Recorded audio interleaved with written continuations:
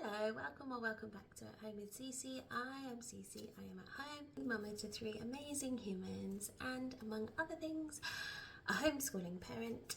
This channel is everything to do with home education in the UK, London specifically.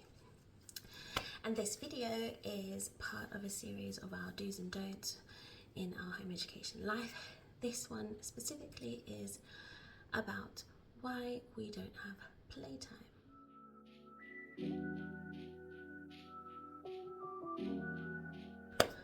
Okay, so this is going to be a quick one. Playtime. Let me just set it up for you. So children are in a classroom. Playtime in primary schools and secondary schools. Children are in their classroom for the majority of the time they're at school. And then when the bell goes, they run screaming outside, despite saying line up nicely. As soon as the doors open and they see the concrete field, they are making a beeline for freedom, it seems, screaming like yes. Often in schools they'll have a morning break, afternoon break, and then the lunch break. The first and last are usually like 15 or 20 minutes, and then it's like an hour or so for the middle. The children run out screaming like they've been trapped for a while, and they run out into this ready-made area, this fenced off, of course, for safety area, concrete ground, painted games on the floor. Hold on.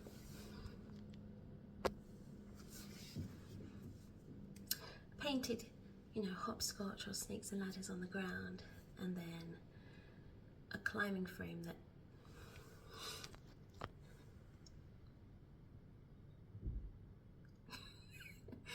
sorry if you're getting seasick. Girl. She a thick one, she can't stop jiggling. Oh my gosh. Oh my god. I was just gonna have to ride it. Anyway. And then there's a climbing frame that fits maybe 3% of the playground community.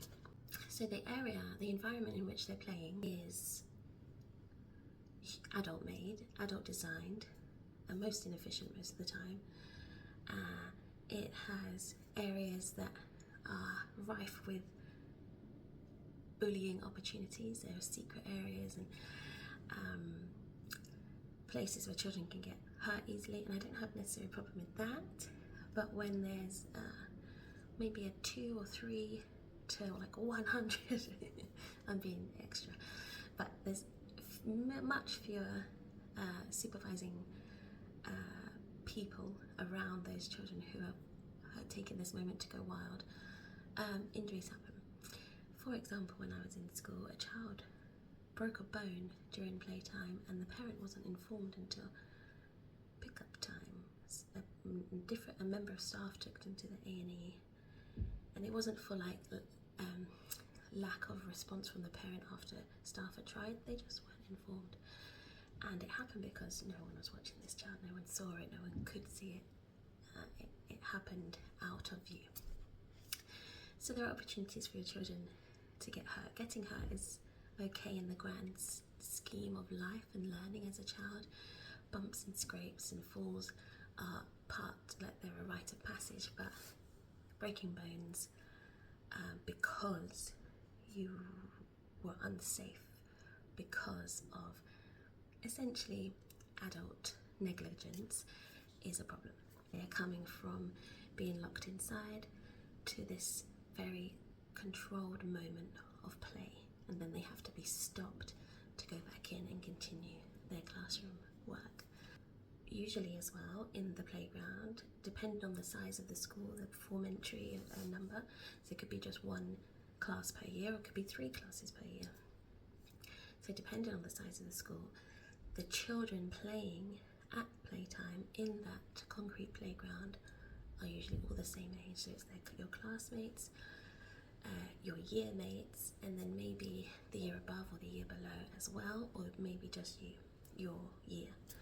And so you're in class learning with your age peers, you're playing with your age peers.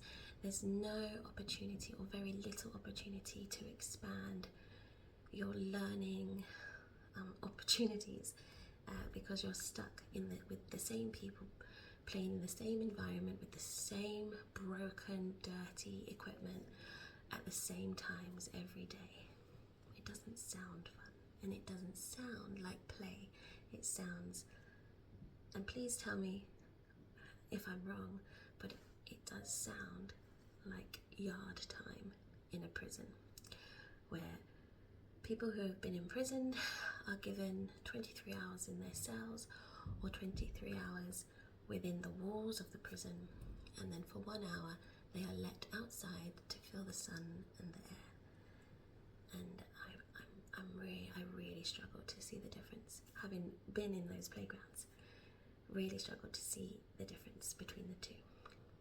Play should be free, play should be child-led, play should incorporate imagination and nature and free will and exploration, and play can happen with yourself, with others your age, with siblings, with adults, with children of all ages, with yes, you can have equipment and toys. Open-ended toys are great ways to play, but open-ended toys could also include trees and leaves and rocks and grass and streams and string and rope and your body. So in our home education life, playtime comes. There is no playtime because it's not separate to other parts of our life. Playtime is all the time. Playtime is learning time, playtime is eating time, playtime is walking to the bins, playtime is going on the train, playtime is reading, playtime is bedtime, playtime is bath time, playtime is chatting. Playtime, like life, should be playful. As an artist, whenever I'm writing about my art, I talk about play. I am a child myself, in that I haven't, not in a Peter Pan sense, but I just haven't grown up. I haven't adopted or acknowledged this typically adult role, and in some sense that means I'm quite responsible with adult things like finances, but that also means that I want to play, and I see and know the benefit of play. Having worked with children all my life, I know the benefit of play. Play is the way we get the most done, we learn the most, we bond the most, we share the most, we experience the most when we're playing, when we're free. All of life is playful. Be a child, be childish, have fun, play.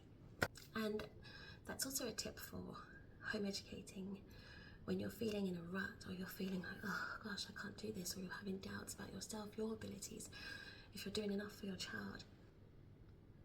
If you just take a step back and think about the fun you have, or the fun you can create or make space for, then home educating is revitalized. Just remember to play. And I need that reminder sometimes too. Sometimes when, for example, my youngest is being her sassy self, or testing boundaries, I might find myself getting like just huffing, that horrible huff that we do as parents. Oh, you're not listening, blah. And then my oldest will be like, oh, should we do it like this, or should we play here, or can you do this? And they make it fun and they make it playful. I'm reminded, stop huffing, just have fun. It's so easy to just turn things into a game or something fun. Pivot. Just find the joy, find the playfulness. Honestly, it makes everything so much better. But don't set play time, because when you start controlling the time of play, it's no longer play. So yeah, I think I'm done. We don't have playtime in our home education environment because we're playing all the time. That's all. No playtime because we play all the time. Alright, see you in the next one.